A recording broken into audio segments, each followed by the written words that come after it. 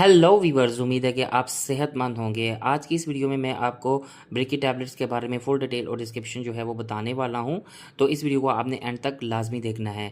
मेरी जितनी भी वीडियोस हैं किसी भी टैबलेट के बारे में, किसी भी सिरप, सस्पेंशन, कैप्सूल के बारे में या क्रीम या ऑइंटमेंट के यूज़ के बारे में, तो उन सब का मकसद होता है कि मैं आपको एजुकेट कर सकूँ, आपको उन अद्वियात के बारे में तफसील बता सकूँ, उनके फ़वाइद नुकसानात बता सकूँ, उनको इस्तेमाल कैसे करना है।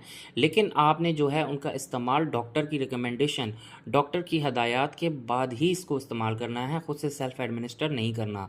ब्रीकी टैबलेट एक ऐसी टैबलेट है जिसके साथ सीरियस कॉम्प्लिकेशंस हो सकती हैं, ख़ासकर ख़वातीन को। तो आपने इसका इस्तेमाल जो है वो प्रॉपर गायनोकोलॉजिस्ट डॉक्टर की रिकमेंडेशन के बाद जो है वो करना है, क्योंकि इसको बहुत ही ज़्यादा मिसयूज़ किया करते हैं और उसकी वजह से बहुत ज़्यादा कॉम्प्लिकेशंस फेस करना पड़ जाते हैं।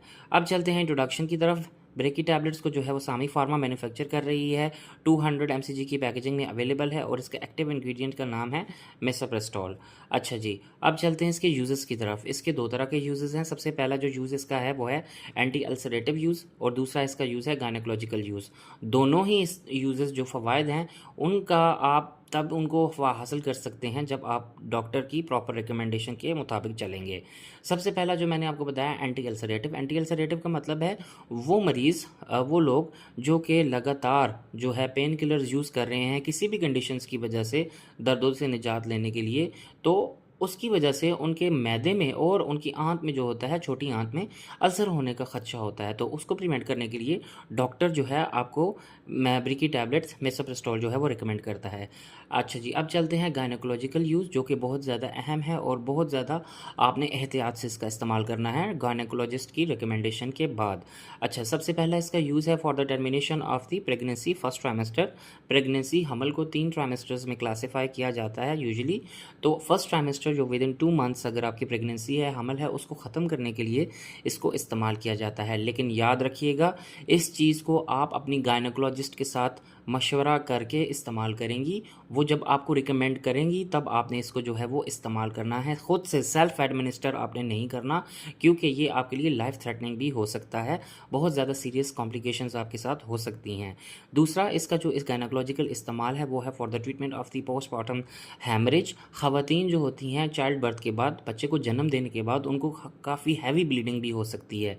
तो उसको ठीक करने के लिए, उसको डील करने के लिए जो है ब्रेकी टैबलेट्स गायनोकोलॉजिस्ट जो होती हैं वो रिकमेंड करती हैं। तीसरा इसका इस्तेमाल है for the treatment of the problems associated with miscarriage.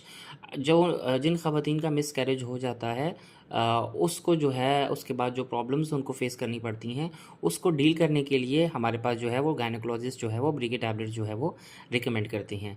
तो ये हमारे पास जो थी गायनोकोलॉजिकल यूजेस थी। अब चलते हैं एहतियाती तदबीर, प्रिकॉशंस। अगर तो आप प्रेग्नेंट हैं और अपनी प्रेगनेंसी को मेंटेन रखना चाह रही हैं, तो आपने इसको अपने मैदे के मसले के लिए बिल्कुल इस्तेमाल नहीं करना। दूसरा, अगर आप जो है वो बच्चों को फ़ीड कर रही हैं, मिल्क फ़ीड कर रही हैं, तो आपने इसको इस्तेमाल हरगिज़ नहीं करना। इसका इस्तेमाल जो है वो आपने बहुत ही एहतियात से करना है। और मैं फिर से आपको बता रहा हूँ, आपने इसका इस्तेमाल जो है वो गायनोकोलॉजिस्ट के रिकमेंडेशन के बात करना है। तो उम्मीद है इस वीडियो में मैंने आपको ब्रीकी टैबलेट के बारे में तफसील बताई है। आप उस पे अमल करेंगी, आप उसको जो है इस्तेमाल जो है प्रॉपर रिकमेंडेशन के बाद करेंगी, अपनी कंडीशन को समझने के बाद करेंगे। तो उम्मीद है कि इस वीडियो में आपको जो है वो फुल डिटेल और डिस्क्रिप्शन जो है वो पता चल गई होगी। तो मेरी इस वीडियो को लाइक कीजिए, मेरे चैनल को सब्सक्राइब कीजिए, इस वीडियो को शेयर कीजिए। अल्लाह हाफ़िज़।